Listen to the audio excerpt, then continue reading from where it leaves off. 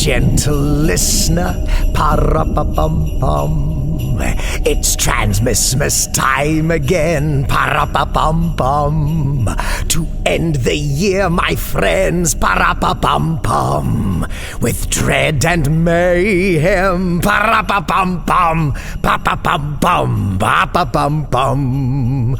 See you again next year, pa-ra-pa-pum-pum. Thank you for your support, my dears, pa-ra-pa-pum-pum.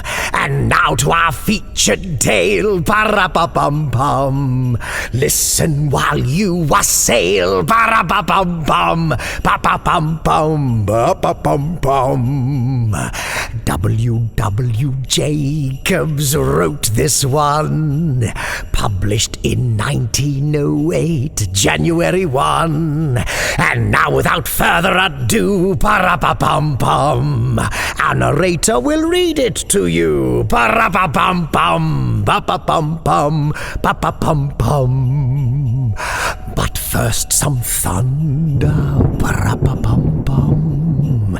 Is this song nearly done, you wonder? Pa-ra-pa-pum-pum. Can't you just keep it short? Pa-ra-pa-pum-pum. Of course, after we've thanked our cohorts. Pa-ra-pa-pum-pum, pa-pa-pum-pum, pa-pa-pum-pum. Robert Troy Hampton Peterson, pa-ra-pa-pum-pum. Adam Jimmy MacKell Wielden, pa-ra-pa-pum-pum. Princess Praying Mantis Paul Swivney, pa-ra-pa-pum-pum. Arnie Frank, Andy Shammy, Eugene Petrie, pa-ra-pa-pum-pum, pa-pa-pum-pum, pa-pa-pum-pum. Daniel Kamiankowski, pa-ra-pa-pum-pum. Amanda Moore, Rebecca Gates, Evan Dooley, pa-ra-pa-pum-pum. Heathen Soul, Tim Howard, Drenny, pa-ra-pa-pum-pum. Rachel Brown, Mudkip, Johnny Kelly, pa-ra-pa-pum-pum, pa-pa-pum-pum, pa-pa-pum-pum. J.B. Alex Brewis, pa-ra-pa-pum-pum. Daniel Clanton, Jerry Taylor, and Wayne Prince, pa-ra-pa-pum-pum. Sam Hankins, Alicia Townsend, pa-ra-pa-pum-pum. Now just one more thing before we end, pa-ra-pa-pum-pum, pa-pa-pum-pum, pa-pa-pum-pum. Our brand new acolytes, pa-ra-pa-pum-pum, who join our merry feast tonight, pa-ra-pa-pum-pum. Alexander Harveston and Mike Small, Merry Transmissmas to you both. Merry Transmissmas all. Nocturnal Transmissions is proud to present our final story for 2024. Cherry Bundler. Pa-ra-pa-pum-pum.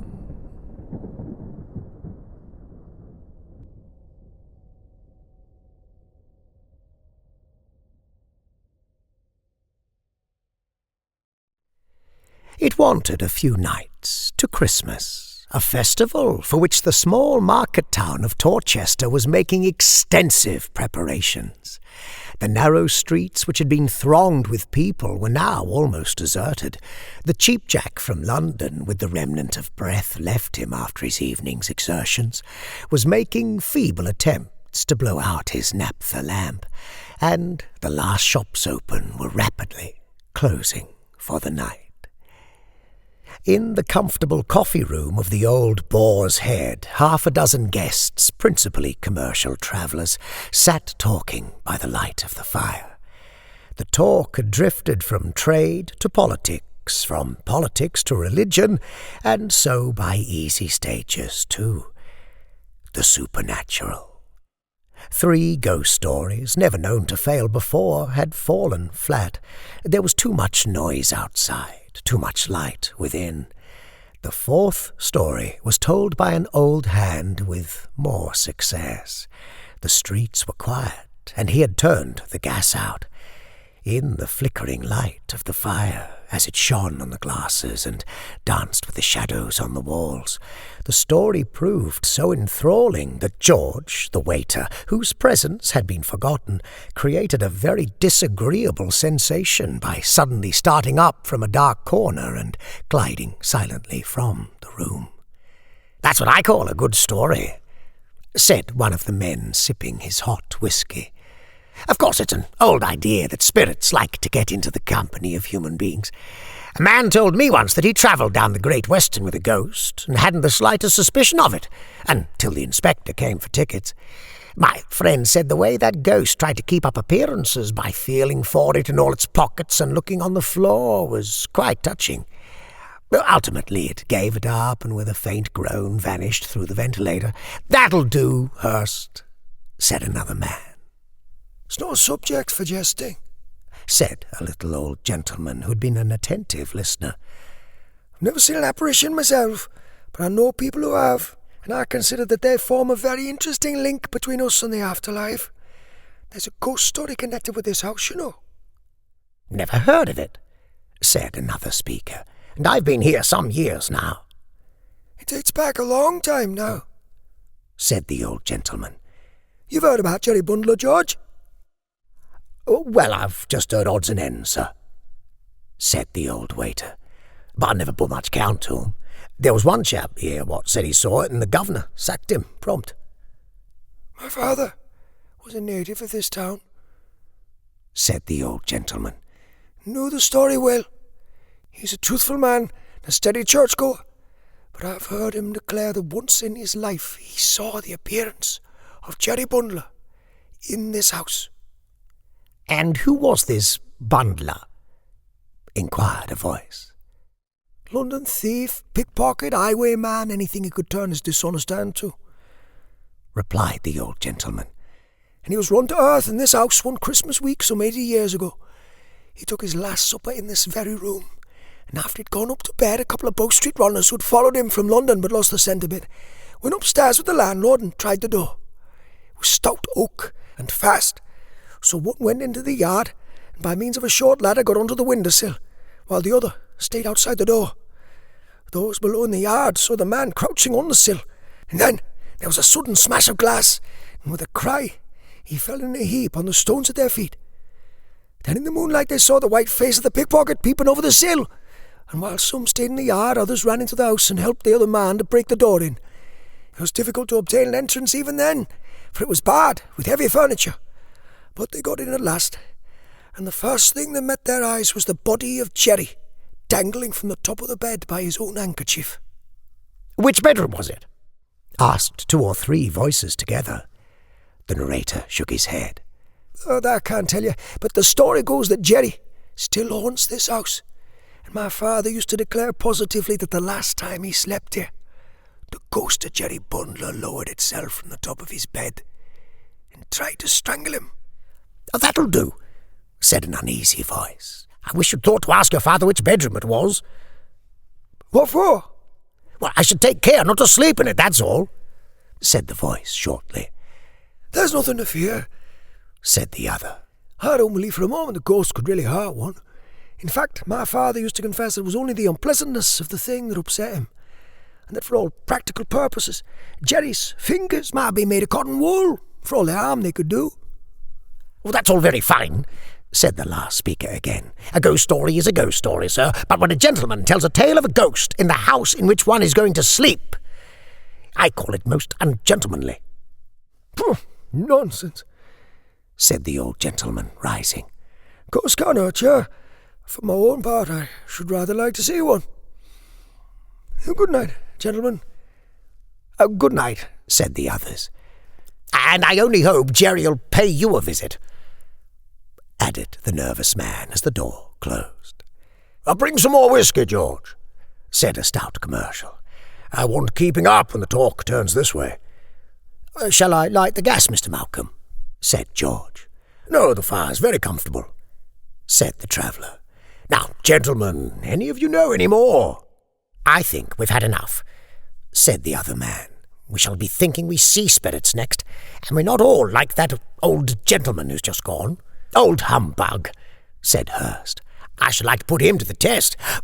Suppose I dress up as Jerry Bundler and go up and give him a chance of displaying his courage." "Bravo," said Malcolm huskily, drowning one or two faint no's. "Just for the joke, gentlemen." No, drop it, Hurst," said another man. "Only for the joke?" said Hurst, somewhat eagerly. "I've got some things upstairs in which I'm going to play in the rivals, knee breeches, buckles, and all that sort of thing. It's a rare chance. If you'll wait a bit, I'll give you a full dress rehearsal, entitled Jerry Bundler or the Nocturnal Strangler." "You won't frighten us," said the commercial with a husky laugh. "I don't know that," said Hurst sharply. "It's a question of acting, that's all. I'm pretty good, ain't I, Summers?" "Oh, you're all right for an amateur," said his friend with a laugh. "I'll bet a level soft you don't frighten me," said the stout traveller. "Done," said Hurst. "I'll take the bet to frighten you first, and the old gentleman afterwards. These gentlemen shall be the judges." "You won't frighten us, sir," said another man, "because we're prepared for you. But you'd better leave the old man alone. It's dangerous play." "Well, I'll try you first," said Hurst, springing up. "No gas, mind." He ran lightly upstairs to his room, leaving the others, most of whom had been drinking somewhat freely, to wrangle about his proceedings. It ended in two of them going to bed. "He's crazy on acting," said Summers, lighting his pipe. "Thinks he's the equal of anybody, almost. It doesn't matter with us, but I won't let him go to the old man, and he won't mind, so long as he gets an opportunity of acting to us." "Well, I hope he'll hurry up," said Malcolm, yawning. "It's nearly 12 now."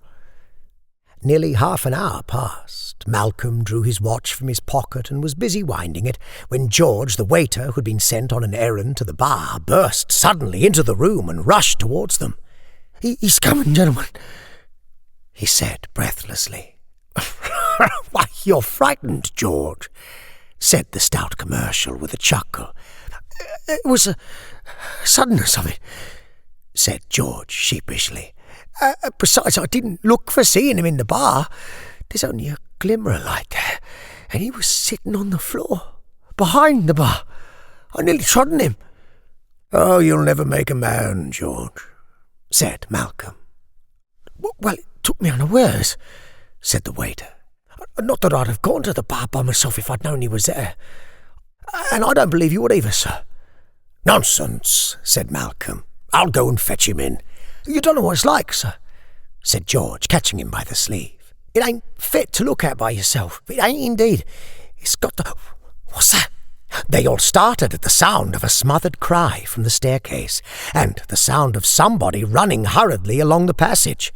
Before anybody could speak, the door flew open, and a figure bursting into the room flung itself, gasping and shivering, upon them. "What is it? What's the matter?" demanded Malcolm. "Why, it's Mr. Hurst." He shook him roughly and then held some spirit to his lips. Hurst drank it greedily and with a sharp intake of his breath gripped him by the arm. "Light the gas, George," said Malcolm. The waiter obeyed hastily. Hurst, a ludicrous but pitiable figure in knee breeches and coat, a large wig all awry, and his face a mess of grease paint, clung to him, trembling. "Now, what's the matter?" asked Malcolm.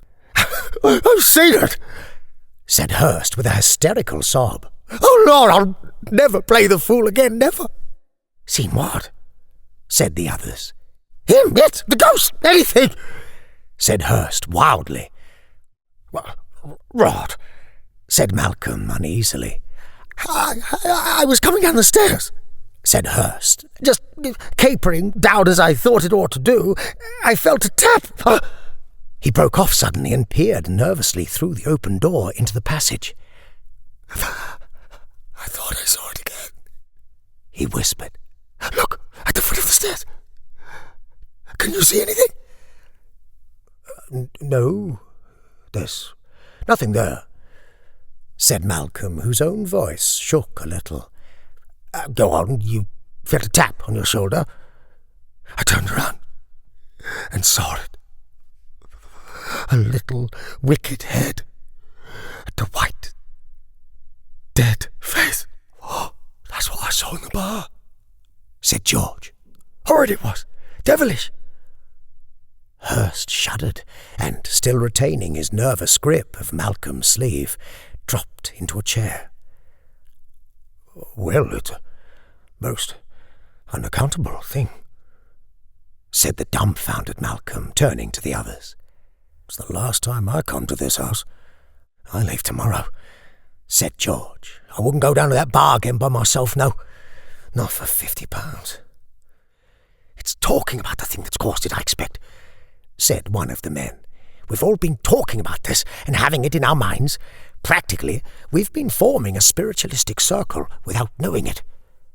Hang the old gentleman, said Malcolm heartily. Upon my soul, I'm half afraid to go to bed. It's odd they should both think they saw something. I saw it as plain as I see you, sir, said George solemnly. Perhaps if you keep your eyes turned up the passage, you'll see it for yourself. They followed the direction of his finger, but saw nothing, although one of them fancied that a head peeped round the corner of the wall. Who'll come down to the bar? Said Malcolm, looking round. Oh, you can go if you like, said one of the others with a faint laugh. We'll wait here for you. The stout traveller walked towards the door and took a few steps up the passage. Then he stopped. All was quite silent, and he walked slowly to the end and looked down fearfully towards the glass partition which shut off the bar. 3 times he made as though to go to it. Then he turned back, and, glancing over his shoulder, came hurriedly back to the room. Did you see it, sir? Whispered George. Don't know, said Malcolm softly. Fancied I saw something, but it might have been fancy. I'm in the mood to see anything just now. How are you feeling now, sir? Oh, I feel a bit better now, said Hurst somewhat briskly, as all eyes were turned upon him. I dare say you think I'm easily scared, but you didn't see it. Not at all, said Malcolm, smiling faintly despite himself.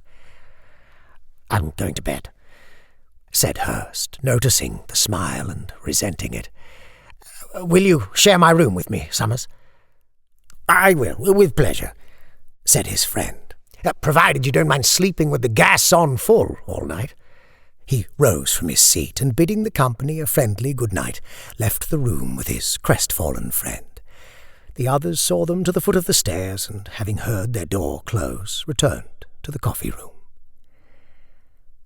Well, suppose the bet's off, said the stout commercial, poking the fire and then standing with his legs apart on the hearthrug. Though, as far as I can see it, I won it. I never saw a man so scared in all my life. Sort of poetic justice about it, isn't there? Never mind about poetry or justice, said one of his listeners. Who's going to sleep with me? I will, said Malcolm affably. And I suppose we share a room together, Mr. Leake, said the third man, turning to the fourth. No, thank you, said the other briskly. I don't believe in ghosts. If anything comes into my room, I shall shoot it. That won't hurt a spirit, Leake, said Malcolm decisively. Well, the noise will be like company to me, said Leake, and it'll wake the house, too. But if you're nervous, sir, he added with a grin to the man who had suggested sharing his room, George would be only too pleased to sleep on the doormat inside your room, I know. That I will, sir, said George fervently. And if you gentlemen would only come down with me to the bar to put the gas out, I could never be sufficiently grateful. They went out in a body, with the exception of Leake, peering carefully before them as they went. George turned the light out in the bar, and they returned unmolested to the coffee-room, and, avoiding the sardonic smile of Leake, prepared to separate for the night. Give me the candle while you put the gas out, George, said the traveller. The waiter handed it to him and extinguished the gas, and at the same moment all distinctly heard a step in the passage outside. It stopped at the door, and as they watched with bated breath, the door creaked and slowly opened. Malcolm fell back, open-mouthed, as a white, leering face with sunken eyeballs and close-cropped bullet head appeared at the opening. For a few seconds, the creature stood regarding them, blinking in a strange fashion at the candle. Then, with a sidling movement, it came a little way into the room and stood there as if bewildered. Not a man spoke or moved, but all watched with a horrible fascination as the creature removed its dirty neckcloth and its head rolled on its shoulder. For a minute it paused, and then, holding the rag before it, moved towards Malcolm. The candle went out suddenly with a flash and a bang. There was a smell of powder, and something writhing in the darkness on the floor. A faint, choking cough, and then silence. Malcolm was the first to speak. "Matches," he said in a strange voice. George struck one, then he leapt at the gas and a burner flamed from the match. Malcolm touched the thing on the floor with his foot and found it soft.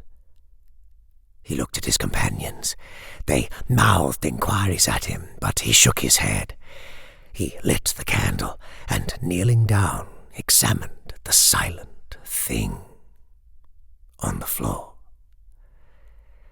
Then he rose swiftly and, dipping the handkerchief in the water jug, bent down again and grimly wiped the white face. Then he sprang back with a cry of incredulous horror, pointing at it. Leek's pistol fell to the floor, and he shut out the sight with his hands.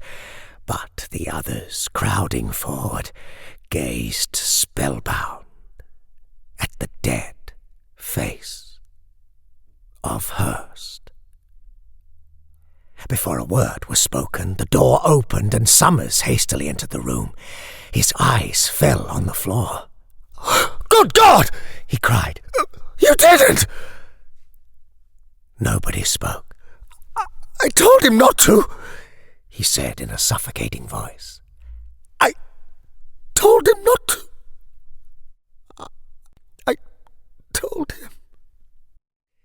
He leaned against the wall, deathly sick, put his arms out feebly, and fell, fainting, into the traveller's arms.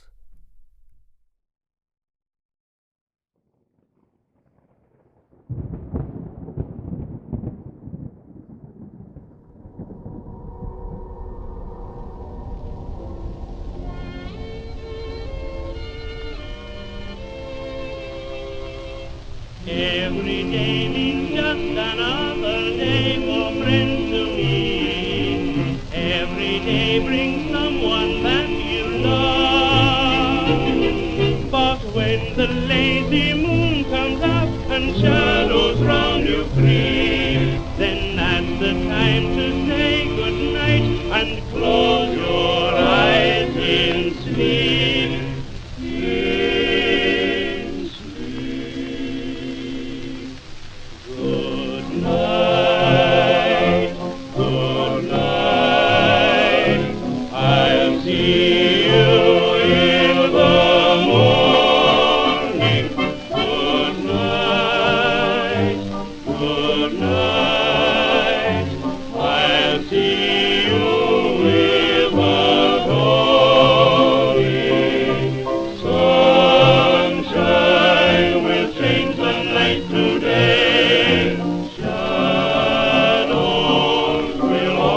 Chase the way it's known.